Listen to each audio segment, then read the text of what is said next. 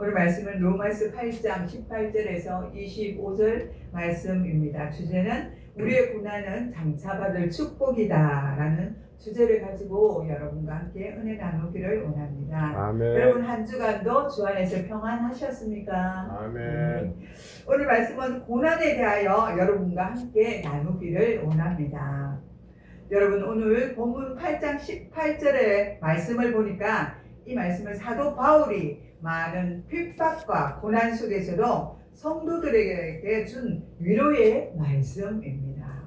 현재의 고난은 장차 다가올 영광과 속히 비교할 수 없다라고 말씀하고 있습니다.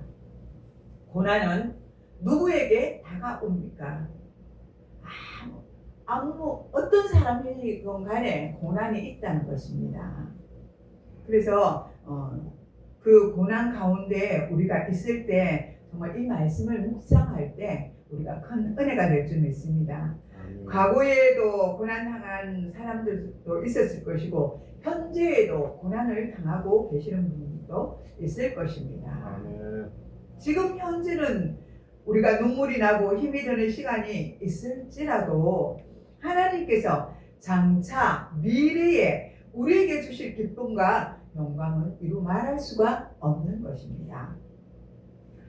어떻습니까 여러분? 이 말씀이 위로가 되십니까? 지금은 괴롭고 힘들고 어렵지만 장차 하나님이 우리에게 주실 영광은 좋게 비교할 수 없다는 것입니다. 아멘. 예, 믿는 사람에게요. 믿지 않는 사람은 그분들 나름대로 심판을 받고 하지만은 믿는 자들에게는 마지막 날에 비교도 낼 수 없는 영광이 우리에게 나타난다고 말씀하고 계십니다. 그러니 우리는 끝까지 참아야 됩니까? 인내해야 되겠죠? 참고 인내해야 되는 것입니다. 조금 내가 힘들고 어려우면 사단은 즉시 제 마음속에 파고들어옵니다. 오늘 좀 힘들다. 내 마음이 너무 힘들다. 나 그냥 좀 편하고 싶다. 이런 생각이 우리 마음을 지배하는 것입니다. 그러니 조그만한 틈도 내주면 안 돼요. 딱 주일 되면 나는 내일 주일 갈 것입니다. 하나님 제 마음을 강하고 담대하게 해주시고 어쨌든 일어나서 빨리 준비해서 주님을 사모하는 말씀을 가지고 말씀을 듣기를 원합니다. 가서 예배자로서 바로 세워주십시오. 이렇게 자기 전에 항상 기도를 해야 됩니다. 자기 전에 기도하지 않으면요 아침에 너무 힘들어요. 제가 평신도 때 이렇게 가만히 생각해 보니까 제가 연약하니까 육체가 연약하잖아요. 밤늦게까지 뭘 하는지 어쩐지 그렇게 하고 나서 잠자리에 들면은 기도하고 잠가하고 기도 안 하고 잠가하고 확연히 달라요. 기도하고 자면은 아침에 그래도 그때니 일어나서 피곤치가 않아요. 근데 기도 안 하고 자고 난 날은 아침에 막 몸부림을 쳐요. 막 몸을 비틀어요. 5분만 더 10분만 더 이러면서 몸을 막 비틀고 그렇게 했습니다. 예. 그런 것 같이 우리가 마음의 준비, 마음의 생각과 마음의 준비를 하고 기도하고 하나님 앞에 맡기고 잠을 자고 날 때면 우리 일어난 모습이 개운하다는 것이지요. 이게 영적인 것이거든요. 영적으로 우리가 한번 깨달아 보아야 될 줄 믿습니다. 사람은 누구나 고난을 지나갑니다. 누구에게나 고난이 닥치기 때문에 저 사람은 너무 평안한데 나는 왜 고난을 받아? 이렇게 생각하지 마세요. 그 사람은 그 사람 나름대로 고난을 받는 것입니다.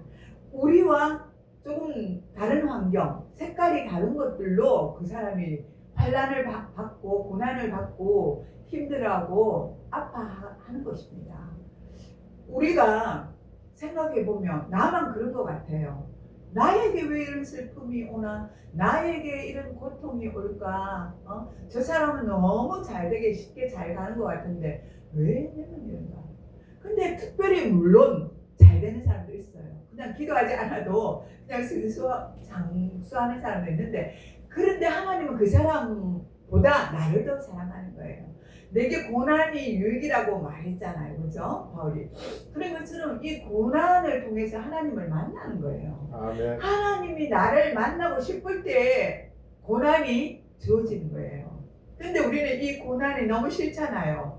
근데 사실 따지고 보면 이 고난이 없으면 하나님 앞에 우리가 승복을 합니까? 무릎을 꿇습니까? 기도합니까? 하나님 아버지 앞에 나아가려는 마음을 가집니까? 안 가집니다. 내가 편안하고 너무너무 편안하고 내가 잘 나가면 내가 못하고 내가 거기 가? 내가 왜 예배 드리러 가? 이렇게 생각하는 거예요. 그렇게 되지 않게 하기 위해서 하나님은 늘 우리에게 이런 시련과 아픔과 고통과 고난을 주시는 거예요. 왜? 하나님 앞에 나오라. 하나님을 너무너무 사랑하고 우리를 너무 보고 싶은데 우리가 딴짓하고 있는 거예요. 그러니 하나님 제정신 차리라는 거예요. 우리 보고 너 나의 자녀야. 예, 너의 아버지는 나야. 세상에 육신의 부모가 있지만 결정적으로 내가 너를 창조하였노라. 하나님은 그렇게 우리에게 말씀하시는 것입니다. 우리는 육신의 부모도 섬기는 것도 중요해요. 그거는 정말로 우리가 기독교는 효혜사상이라고도 말할 수 있어요. 그러나 그 위에 계시는 분은 하나님이십니다. 아멘. 하나님 아버지가 우리를 창조하시고 이 땅에 보내신 거예요. 아멘. 그걸 우리는 항상 잊지 말아야 합니다. 아멘. 사람은 누구나 고난을 지나가고 또 몸이 아플 수도 있고 경제적으로 어려움을 당할 수도 있습니다. 경제적으로 어려움 당하면 얼마나 힘듭니까? 먹을 거 제대로 못 먹고 사고 싶은 거 제대로 살 수 없고 입고 싶은 건 입을 수 없고 저도 그런 한때를 보낸 적이 있습니다. 하나님이 고난을 주셔가지고 그냥 고난에 치여가지고 여기도 못 들어보고 저기도 못 이렇게 얻어맞을 때가 있었다는 거예요. 제정신을 못 차릴 때가 있었다는 것입니다. 그래서 이 재정도 너무 많으면요 하나님을 찾을 수가 없어요. 그냥 적당히 있어야 돼. 그러니까 성경에도 말했잖아요. 너무 가난하게도 마시고 너무 부하게도 마시고 예 이렇게 욥기서에 나와 있어요. 우리가 너무 부유하면 하나님을 저버리고 너무 가난해도 하나님을 저버려요. 우리가 쓸 것들 적당히 하나님이 주셔야만 감사하고 우리가 그 속에서 생활할 수 있는 것입니다. 아멘. 또 관계의 상처도 있을 수도 있습니다. 이 관계의 상처, 부모 형제들과 관계의 상처가 있을 수도 있고요. 내 이웃과도 내 형제지간에 그죠? 그러니까 친척들과도 상처가 있을 수도 있고 또 부모 간에도 마찬가지예요. 자녀에게도 마찬가지예요. 자녀들한테도 자녀들은 부모한테 상처를 받는다고 말하죠. 그런데 사실은 또 부모도 자녀들에게 상처를 받아요. 말 한마디에 천년빚을 갚는다고 하는데 우리가 부모에게나 자녀들에게 서로 간에 말을 잘해서 상처를 받지 않도록 그렇게 해야 하는 것입니다. 내가 내 마음대로 하고 싶으면 욱 하는 마음이 올라와서 그대로 뱉으면 되지만은 뒤돌아보면 그게 다 상처가 되는 거예요. 마음이 얼마나 아픈지 몰라. 내가 왜 그 말을 했던가. 내가 조금만 더 참을걸. 3초만 참아도 우리가 그죠? 화를 내뱉지 않잖아요. 하나, 둘, 셋. 10번만 참으면 어떻게 돼요? 10번만 쉬어보면 내가 제정신이 돌아온다는 거예요. 그래서 좋은 말을 하게 되고 또 그 사람을 살리는 말을 하고 그래 너도 화가 나겠지. 그러나 나도 화가 난다. 그러나 우리가 서로가 좋은 말, 좋은 우리가 모습을 보여주면 좋지 않겠니? 이렇게 우리가 권면해야 될 점이 있습니다. 또 우리가 하나님이 주신 일 때문에 사명 때문에 우리가 너무나 힘들어질 때가 참 많이 있습니다. 믿음을 지키려고 할 때 고난이 또 우리에게 찾아오기도 합니다. 나는 믿음을 지키려 하는데 왜 이런 자꾸 고난이 내게 닥쳐와 할 때도 있다는 것이죠. 그러나 그 고난은 알고 보면 우리에게 유익을 주는 것입니다. 하나님은 우리에게 지금의 이 고난이 끝이 아니라고 오늘 말씀에 말씀하고 있습니다. 바울은 고난을 모르는 사람이 아닙니다. 바울도 참 많은 고난을 받았습니다. 바울도 여러분이 잘 알고 있지만 정말 좋은 가문의 좋은 명문가의 좋은 학교를 다니면서 이렇게 공부를 하고 하나님 앞에 오로지 하나님 앞에 그렇게 열심으로 살아는 가정에서 자랐지 않습니까? 우리 역시도 그렇잖아요. 하나님이 주신 가정에서 우리가 믿는 부모 안에서, 물론 믿지 않는 부모 안에서 자라는 분도 계시지만 자랐지 않습니까? 이랬던 바울도 그런 가정에서 자라났습니다. 그런데 어떻게 해요? 하나님을 믿는 자녀들을 잡으러 다녔어요. 예수님을 믿는 사람들을 핍박하기 위해서. 그런데 담메색에서 변화되지 않았습니까? 그리고 그 살면 그냥 완전히 368도로 그냥 우리가 변화돼요. 369도로 변화되었지 않습니까? 그런 삶이 우리에게도 있기를 원합니다. 우리는 어릴 때부터 성장하면서 그냥 교회에 왔다 갔다 하면서 그냥 세례받고 이렇게 그냥 하나님 앞에 살아가는 거라고 생각을 해요. 왜냐하면 세상 가운데서 오신 분들은 더 뜨거워요. 우리보다. 더 뜨겁고 열정이 있고 막 오직 예수 막 이러면서 그런 그렇게 생각합니다. 왜냐하면 환난에서 건져져서 왔거든요. 그들은 세상에 살면서 온갖 환난을 다 겪었잖아요. 그리고 오잖아요. 우리는 하나님을 믿고 예수님을 믿는데도 우리는 그런 뜨거운 열정이 없고 밋밋한 그런 신앙생활을 우리가 하는 것입니다. 우리에게 참 도움이 되기도 하지만 도움이 안 될 때도 있는 것입니다. 그것이. 근데 저는 어쨌든 세상에 가서 또 세상살이를 해봤기 때문에 얼마나 하나님 안에 있는 것이 복된 것인지를 깨닫게 된 것입니다. 얼마나 그게 중요한지 몰라요. 내가 그래서 하나님 아버지 앞에 하나님 왜 저를 세상 가운데 보냈어요? 그냥 평범하게 우리 그냥 믿는 자 가운데 자녀들답게 그냥 평범하게 제가 교회를 다니고 신앙생활 했으면 거룩하고 깨끗하지 않습니까? 이렇게 말했는데 하나님 뭐라고 그렇다고 다 거룩하고 깨끗한 건 아니다. 주 안에 있으면 제가 얼마든지 신앙이 옅어서 말씀대로 살아가지 못하는 자녀들도 있고 또 세상에 살다가 환난을 당하고 또 나한테 꼬꾸라지는 영혼들도 있느니라 이렇게 주님이 말씀하시더라고요. 그렇습니다. 맞습니다. 이런 온갖 일들이 다 일어나요. 근데 거기서 우리는 하나님이 하시는 일이에요. 그 모든 것들이 지나고 보면은 하나님이 하셨구나. 세상에 나가서 내가 살아왔던 것도 경험하게 하신 것도 하나님의 뜻이었구나.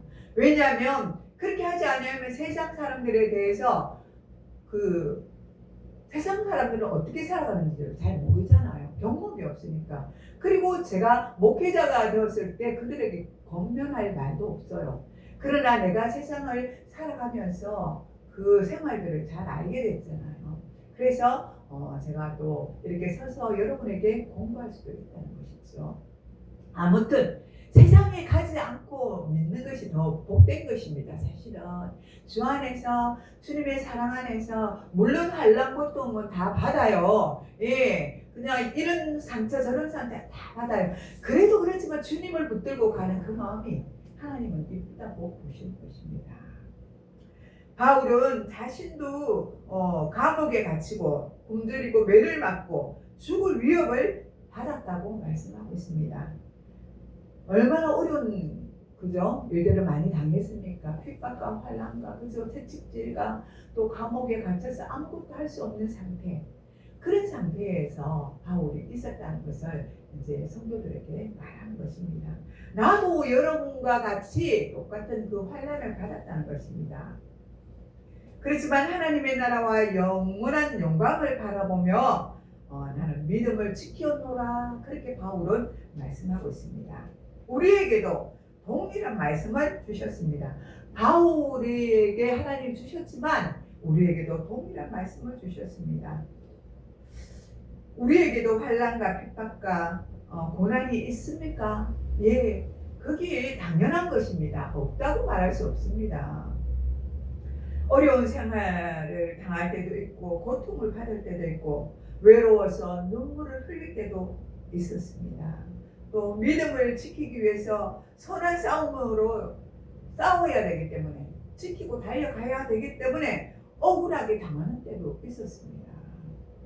바울도 마찬가지고 우리도 마찬가지인 것입니다. 이 세상을 살아가려면 이 어려움들이 다 누구나 있다는 것입니다. 그렇지만 하나님은 헛되지 않는다고 말씀하시는 것입니다. 왜요? 장차 나타날 하나님의 영광을 바울은 봤다고 말하고 있습니다. 우리 중에 힘든 분들이 계십니까? 저는 오늘 이 말씀이 참 위로가 됩니다. 18절에 현재의 고난은 장차 우리에게 나타날 영광과 좋게 비교할 수 없다라는 이 말씀이, 저는 늘 이 말씀이 마음에 와닿았습니다. 그래서 늘 읊조렸습니다. 하나님은 말씀하십니다. 이게 끝이 아니라 영광이 준비되어 있다고 말씀하십니다. 우리는 이 땅의 삶이 끝이 아닙니다. 죽음 이후에 살 영광스러운 삶이 있다는 것입니다. 그렇기 때문에 슬퍼하지 말아야 하는 것입니다. 19절에 보니까 피조물이 고대하는 바 하나님의 아들들이 나타나는 것이니 이렇게 말씀하고 있습니다. 여기서 피조물은 온 세상을 말합니다. 죄가 이 세상에 들어온 후에 땅이 저주를 받고 자연도 실험하게 되었습니다. 세상은 지금 온전하게 돌아가고 있지 않습니다. 전쟁과 재난으로 아픔을 당하고 죽음이 있습니다. 또 전쟁 고아들 때문에 배고파서 전쟁 고아들이 지금도 배고파하지 않습니까?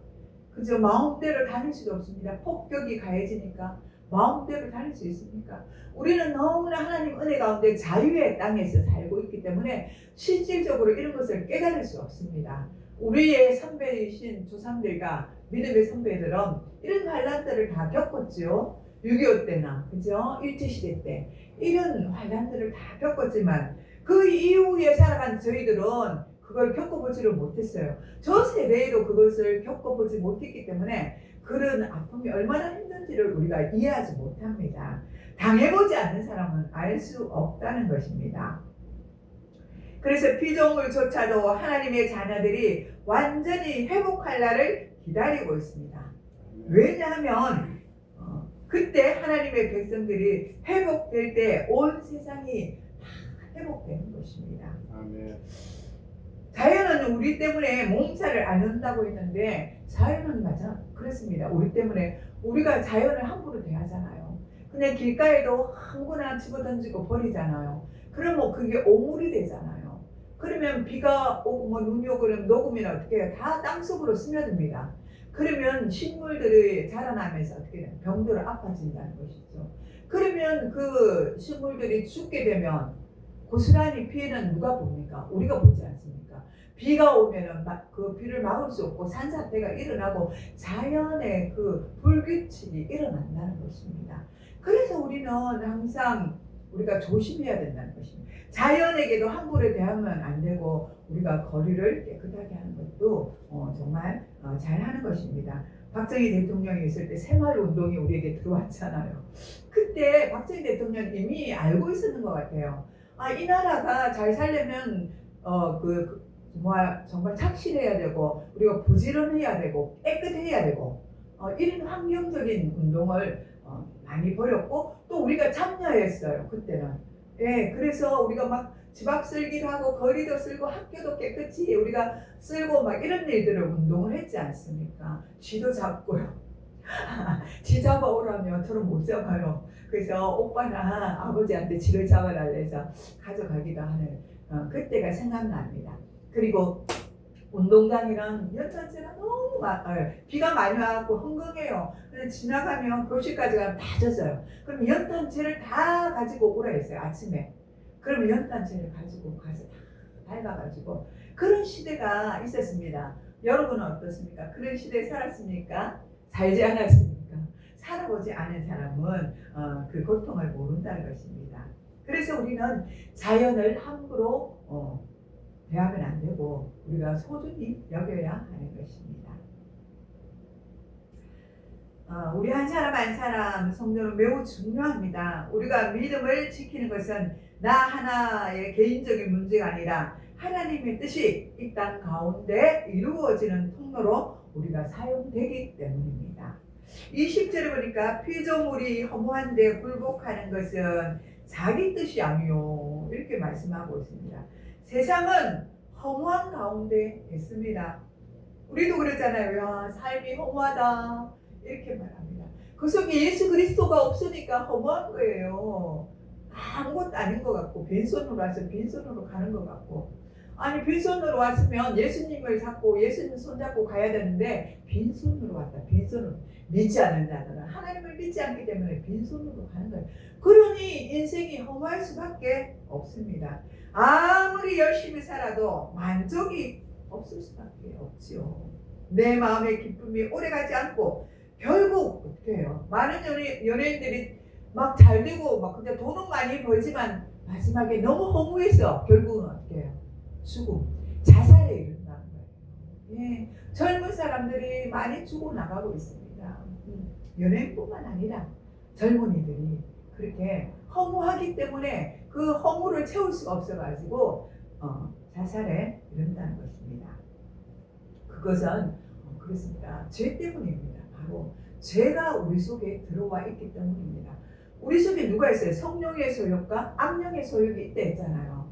우리가 성령 충만하지 아니하면 악령이 우리를 지배를 합니다. 악령이 성령을 누르고 올라와서 우리에게 악한 생각과 마음과 분냄과 그죠? 그런 상처와 이런 모든 것들을 일으켜서 이렇게 내뱉게 한다는 거죠. 그러면 그 소리를 들은 사람들은 어떻게 해요? 영혼이 폐폐해지고 죽게 된다는 것입니다.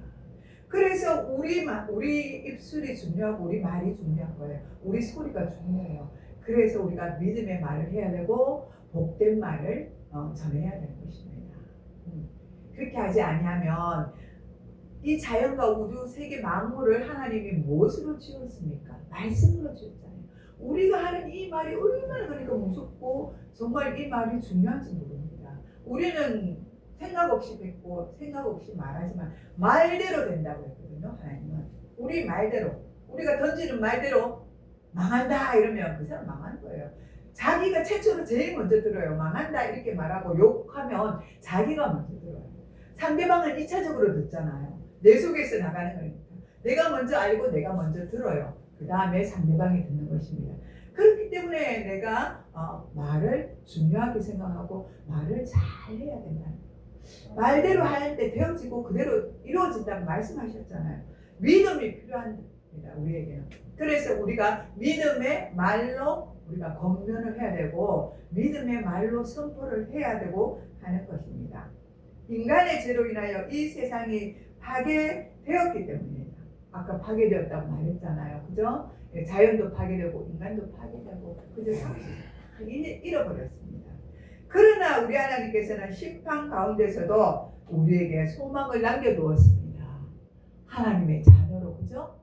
천국과 지옥을 갈 수 있는 특권을 우리에게 자유의지를 줬어요. 그 가운데 소망을 줬지 않습니까?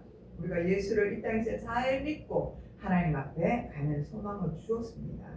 우리는 세상만 바라보면 너무나도 허무주의에 빠질 수밖에 없습니다. 돈도 영원하지 않고 건강도 영원하지 않고 높은 직위도 영원하지 않습니다.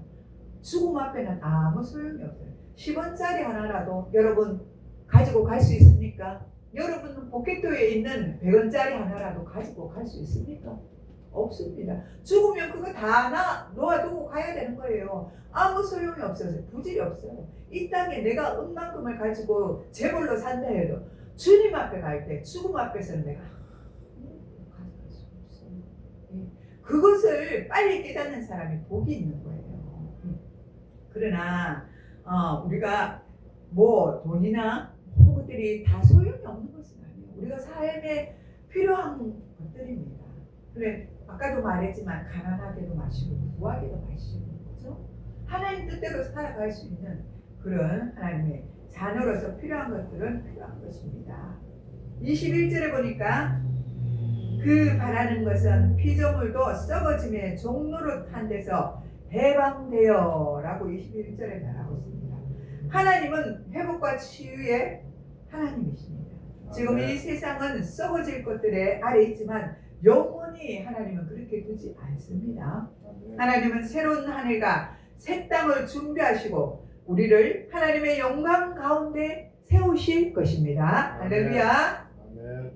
그때는 우리의 몸도 변화될 것입니다. 아픔도 슬픔도 병도 눈물도 없는 그런 세상이 우리에게 올 것입니다. 아멘. 우리는 마지막 날 멸망당하지 않습니다. 아멘. 여러분 꼭 기억하시기 바랍니다. 우리는 멸망당하지 않습니다. 아멘. 우리는 변화됩니다. 호련히 예수님이 오시면요 마지막 날에 우리 몸이 변화돼요. 호련히 변화됩니다. 예. 그렇게 우리는 멸망당하지 않습니다. 아멘. 그렇게 회복되는 것입니다. 22절에 보니까 피조물이 다 이제까지 함께 탄식하며 함께 고통을 겪고 있는 것을 우리가 아느니라. 하나님이 다 아신다는 거예요. 이 땅에서 피조물들이 얼마나 탄식을 하고 우리 때문에 얼마나 고통을 당하는지를 하나님이 아신다는 것입니다. 그러니 우리는 정말 우리 주위에 있는 것들을 깨끗하게 잘 해야 됩니다. 우리 주위의 것만 아니라 밖을 나가서 보면 더러운 것들이 있으면 제가 지금은 요즘은 안 하는데 전에는 그 버려진 종이나 이런 것들 그죠? 그런 것들 이렇게 나는 그게 거슬려 갖고 주워서 우리 집 가서 쓰레기통에서 버리기도 하는 때도 있었거든요. 근데 이제 지금은 그렇게 하지 않지만 그렇게 하는 때도 있었던 것 같습니다. 중요해요. 하나님의 자녀들로서는. 그래서 함부로 안 버리면 돼요. 내가 갖고 내가 있는 쓰레기는 내 집에 가서 버리면 되는 거예요. 그렇습니다. 세상은 눈에 보이지는 않지만 탄식하고 있습니다. 자연도 사람도 환경도 우리의 삶도 탄식하고 있는 것입니다. 왜냐하면 아직 완전한 나라가 오지 않았기 때문입니다. 우리도 탄식을 합니다. 왜 이렇게 눈물이 많을까? 그러나 하나님은 우리의 탄식을 다 듣고 계십니다. 우리의 탄식은 절망이 아니라 소망을 향한 탄식이기 때문입니다. 회산하는 여인에게 고통이 오듯이 그 고통 뒤에는 새 생명이 탄생을 합니다. 우리의 눈물 뒤에는 하나님의 영광이 있습니다. 23절 같이 읽겠습니다. 시작. 우리 곧 성령의 처음 익은 열매를 받은 우리까지도 속으로 탄식하여 이렇게 말씀하고 있습니다. 믿는 사람도 믿지 않는 사람들과 동일하게 탄식을 합니다. 예수 믿는다고 모든 문제가 즉시 없어지는 것도 아닙니다. 오래 걸리는 것도 있고 금방 그 문제가 해결되는 것도 있습니다. 그러나 차이점이 있습니다. 세상의 탄식은 절망이지만 그리스도인의 탄식은 소망이 있는 탄식이기 때문입니다. 왜냐하면 우리 속에는 성령님이 함께 하시기 때문입니다. 아멘. 성령님은 우리를 위로하시고 붙드시고 우리를 끝까지 인도하십니다. 아멘. 우리는 혼자인 것 같지만 혼자가 아닙니다. 아멘. 우리는 혼자 우는 것 같지만 우리는 혼자 우는 것이 아니라 성령님이 함께 우리와 울고 계시는 것입니다. 아멘. 그리고 우리가 기도하지 못할 때도 성령님께서는 우리를 위하여 간구하십니다. 우리는 슬프지 않습니다. 위로하시는 성령님이 우리와 함께 하시기 때문입니다. 아멘. 기독교는 소망의 신앙입니다. 우리는 우리 눈에 보이는 것만 바라보지 않습니다.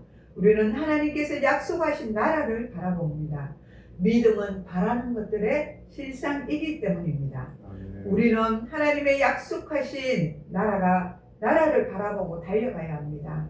믿음은 현재를 뛰어넘어 먼 미래를 바라보는 것입니다. 지금 좀 안 되고 지금 좀 힘들다고 좌절하고 포기하면 안 된다는 것입니다. 믿음의 조상 아브라함도 모세도 바울도 소망을 바라보며 하늘의 소망을 두고 살았습니다. 환경만 바라보면 우리는 낙심할 수밖에 없습니다. 나는 왜 이럴까 하고 한탄할 수밖에 없습니다. 그러나 하나님을 바라보면 다시 회복이 되는 것입니다. 다시 일어날 수 있습니다. 성도는 소망의 사람이기 때문입니다. 25절 이제 마지막 절 또 같이 한번 읽어보겠습니다. 시작. 만일 우리가 보지 못하는 것을 바라면 참음으로 기다릴지니라 이렇게 말씀하고 있습니다. 그렇습니다. 믿음에는 기다림이 필요합니다. 필수입니다. 예, 우리 전문 과목 필수해야 되잖아요. 이와 같이 필수입니다. 성경을 보면 믿음의 조상 중에서도 기다리던 사람들이 많이 있었습니다. 아브라함은 오랫동안 아들을 기다렸고 요셉은 꿈의 성취를 오랫동안 기다렸고 또 한나는 아이가 없을 때 눈물로 기도하며 오랫동안 기다렸습니다. 그리고 시몬은 메시아를 예수님을 기다렸어요. 오랫동안 기다렸습니다. 아기 예수님을 기다렸습니다. 다윗은 왕이 되기까지 험난한 길을 기다렸습니다. 얼마나 그저 어려운 일들을 많이 당했습니까? 자기 아들에게도 배신 당하지 않습니까? 왕위를 빼앗기기도 합니다. 절대 그런 절망 가운데서 다윗이 살아왔기도 했었습니다. 이 사람들은 기다림을 통과한 사람들입니다. 오직 여호와를 앙망하는 자는 새 힘을 얻으리라고 말씀하셨습니다. 기다림은 믿음이 없는 시간이 아니라 하나님을 더욱 믿고 신뢰하는 그런 시간입니다. 하나님의 때와 우리의 때는 다릅니다. 때로는 응답이 늦을 때가 있고 길이 막혀서 보이지 않을 때도 있고 아무런 변화가 없을 수도 있습니다. 그러나 하나님은 여전히 일하고 계십니다. 우리는 참고 기다려야 합니다. 지금 당장 보이지 않아도 하나님을 신뢰하고 기다리는 저와 여러분 되시기를 바랍니다. 기다림 속에서 하나님은 우리를 빚어가는 것입니다. 현재의 고난이 아무리 커 보여도 하나님은 우리에게 준비하신 영광은 좋게 비교할 수 없는 것입니다. 아멘. 우리의 눈물을 닦아지고 우리의 탄식은 떠나가고 하나님의 영광이 나타날 것입니다. 그러니 여러분 낙심하지 마시기 바랍니다. 아멘. 소망과 믿음 가운데 하나님을 바라고 살아가는 저와 여러분들이 되시기를 바랍니다. 아멘. 기도하겠습니다. 하나님 아버지, 고난 가운데 낙심하지 않게 하여 주시옵소서. 장차 우리에게 나타날 영광만 바라보게 하여 주시옵소서. 탄식 가운데 소망을 잃는 저희들이 되게 하지 마옵시며 성령으로 우리가 하나가 되게 하시고 성령으로 우리가 붙들어서 끝까지 믿음으로 참고 기다리는 성도들이 되게 하여 주시옵소서.